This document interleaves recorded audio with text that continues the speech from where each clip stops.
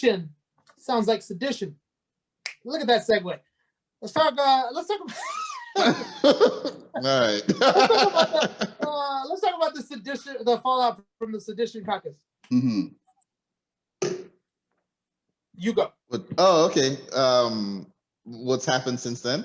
Yeah. Well, so since then, a lot of news has come out with regards to, well, more deaths. Sadly, there was a police officer that committed suicide over the weekend. Oh, really? Hold on, I haven't heard about that one. Yeah, he committed suicide. And apparently Mitt Romney knew him pretty well, like from the Capitol Hill grounds. I guess maybe just the weight of everything that happened, he offed himself. One of the people that was one of the rioters, he also committed suicide. A guy from Alpharetta, Georgia, for those who don't know.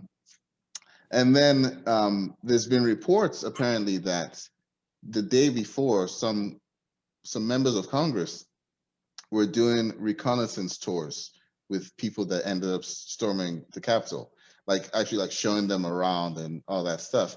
And there was a tweet that came out today naming those people. I don't know how factual that is. So I don't want to, give it more oxygen than it needs to get until it's like verified. But like, there's been a lot of stuff coming out about, who was involved in what. I know 2 Capitol Hill police officers were suspended or maybe even fired. And Tim Ryan from Ohio suggested that one was even going to be charged for like being a part of the stuff that happened. So a lot of those guys, they're trying to now, shift blame. They're no longer saying Antifa, but they're Trump still said Antifa. But a lot of those guys are trying to shift blame. The Democrats are like, no, we're gonna impeach this dude. So they did. They first tried to move to have Mike Pence do the 25th Amendment. It was kind of like one of those have some balls. One of those acts that you do that don't really hold any weight. It's a symbolic act. I just thought they were honestly telling like Pence, have some balls and do the right thing. Yeah, and Mike Pence said no. So then they moved to impeach on Wednesday, the 13th of January. So that was yesterday from when we were recording. And they impeached, and 10 Republicans actually voted with the Democrats, which is the highest number of members of the party of the person being impeached to go over and vote for impeachment. So Donald Trump is the first person to ever get impeached twice. That's a little bit of dubious history for him. And also the first president to lose the popular vote twice. Yeah, that's true. Yeah. No one has ever lost the popular vote twice. That's true. Or at least become president, because I think there's 3 presidents that became presidents, even though they lost the popular vote. Obviously, we know George Bush 2 is one of them. 5?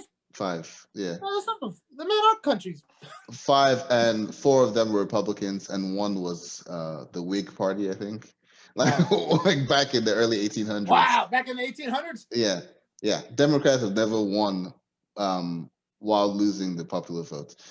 So yeah, and 2 of them were just from the last 20 years. So anyway, yeah, he's lost the popular vote twice. He's got impeached twice. I mean, talk about the biggest loser, right? So anyway. So much winning, man. Yeah, I'm tired of all this winning. I'm not tired of this winning. I kind of like this. And it's crazy because you hear about so many people getting like the fallout is big time, right? Because MMA fighter Pat Miletich got fired from his job. He's a commentator, I think, for Legacy Fighting Alliance. He got let go because he was at the Capitol. There was a bronze medalist, Olympic swimmer. Yes, there was. That was there too. Who swam with Michael Phelps. Yeah. He's getting a. Did he lose? He lost a job, right? I don't know. But I know that No, right. He lost a job because what I don't know is whether he's getting charged, but I know that he lost something. Yeah. So yeah. And then I want to touch on the police, right? So, to an amazing thing, both of them involving the Black police officers. One is obviously the hero. What's his name? Eugene Goodman.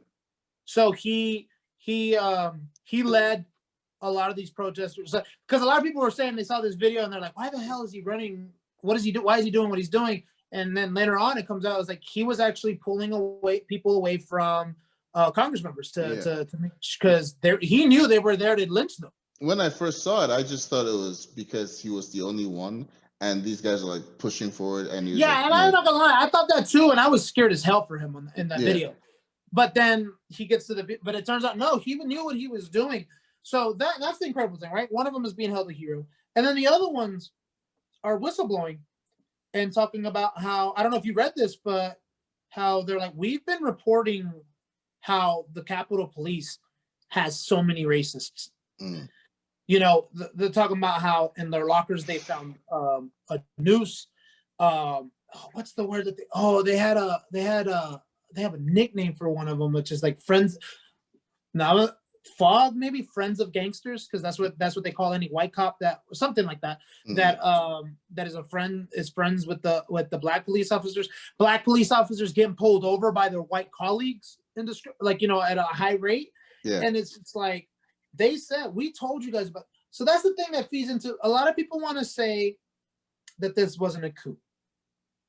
No, this was a coup. It wasn't. It was a. Isn't a coup d'etat? Coup d'etat? Isn't that like a spontaneous? No, not necessarily. No, coup d'etat is just trying to topple the. Or I don't know what coup is, but d'etat is of states. So I mean, it's when you're trying to topple the state's governments and overthrow it. Oh, okay. So this wouldn't be that, right? Because it's not the state; they're trying to do the whole damn country. But so as soon as it happened, people were saying, "Oh, you shouldn't call this a coup. This is just a bunch of anarchists or a bunch of people just." I was like, there's a bit of planning. There was a bit of planning. They actually have shown videos of. There's this one video that I saw where Donald Trump looks like he's in a war room, looking at the thing. And then who's the one that we made fun of during our caucus on the caucus, or not caucus on the caucus, convention on the convention, where she's like, she does the. Kimberly Guilfoyle. She's dancing. Yeah. And they're singing America. Have you seen this video? I've seen, where they're in like a canopy or whatever, and they're watching things unfold while they're trying to get the National Guard there, and no one is like sending them. Yeah. It was an attempt. And that's the problem with Mike Pence being a coward. Yeah. And putting the party over, or maybe it's not even putting the party over. They were literally yelling, "Hang Mike Pence." They put up a they put up a noose, but you know the thing where it's like a almost like a rectangular thing, and then you hang a noose from it. They literally had time. Trump basically helped them target Mike Pence, because he even said something about Mike Pence in that video that started it all. They literally had time they brought their 2x4s and stuff, and they had time to set up this thing, put a noose there, and then they're chanting "Hang Mike Pence," because Donald Trump was talking about, we need Mike Pence to have some courage and overthrow, which Mike Pence doesn't have the power to decide that he's not going to count the votes. It's a ceremonial role, but Trump doesn't know that. So you need him to have some courage. And now he's put a target on Mike Pence's back. So these guys are going there saying, "Hang Mike Pence." That's what happens. And one of the things that I would say about Mike Pence is, I've never given a damn for Mike Pence. I know you haven't either. Not he's just the vice president because he got put on the ticket, right? He's the supposed law and order guy. But the thing with Mike Pence is he had the opportunity to let history reflect him in an incredible light, in a good light at the end, that refuses to go against policy and not counting the count, not letting the count happen the way it's supposed to happen. And then if he had invoked the 25th Amendment and basically said, at the end of the day, it's not about your party, it's about the country. And this guy did this. He incited a riot for an attempt to overturn a fair election, despite the fact that these seditionists are like, depends on who you ask with fair. I was like, look, just because you come in second and you think you should have been in first, even though you were, 3 spaces behind the person who came in first, does not mean that you really should have been first. You were second. Yeah. The guy lost, right? He had the opportunity to invoke the 25th Amendment and basically say, look, we are not ever going to allow anyone to come in to think that they can get away with something like this. You know what I mean? Don't question our election process, because now every single time there's an election, the election process is probably going to be questioned. Right. And I said that on November 4th when Trump said that thing about going to the Supreme Court. I'm like, no election going forward, if we let this happen, no election going forward will ever have what's the word? Where fair amounts? No. But I can't remember the word. But basically, we'll never be looked at and be like, unquestioned. Okay. I forget the word I'm looking for. But anyway, Mike Pence got a lot of praise last Wednesday for not, doing Trump's bidding and overturning the election like he could anyway. And then the whole, we're not going to let these people stop the work of the people. Let's get back to work, all that stuff. But when you really look at it, Mike Pence did the bare minimum. At the end of the day, he was supposed to count the votes anyway. Going above and beyond would be to say, look, Mr. President, I've been on your side, but I got to hold you accountable and, invoke the 25th Amendment. That would be doing something. Yeah. Mike Pence didn't do anything. It's like the bar has been set so low that just doing normal stuff now, we're saying, yes, good job. Well, I mean, doing the bare minimum. That's what this guy has done, right? Because one of the things I always tell people, like, what's so good about Biden? I was like, well, look, honestly, Biden won because he's not Trump. Yeah. That's one of the main reasons he won. A lot of people voted for him because they didn't vote for Trump. And obviously it's evident by the fact that, we had to do a what's it called? A recall, not a recall, runoff. Runoff. Here in Georgia, even though Georgia went to Biden, but we still had to do a runoff because not enough people voted blue. Integrity. That's what I was going for. I was like, the integrity of every election going forward would be questioned because of this one act by Donald Trump. It makes sense that you couldn't think of the word integrity when you're talking about Trump. Yeah, man, it's so hard to juxtapose those two things. So one thing that I do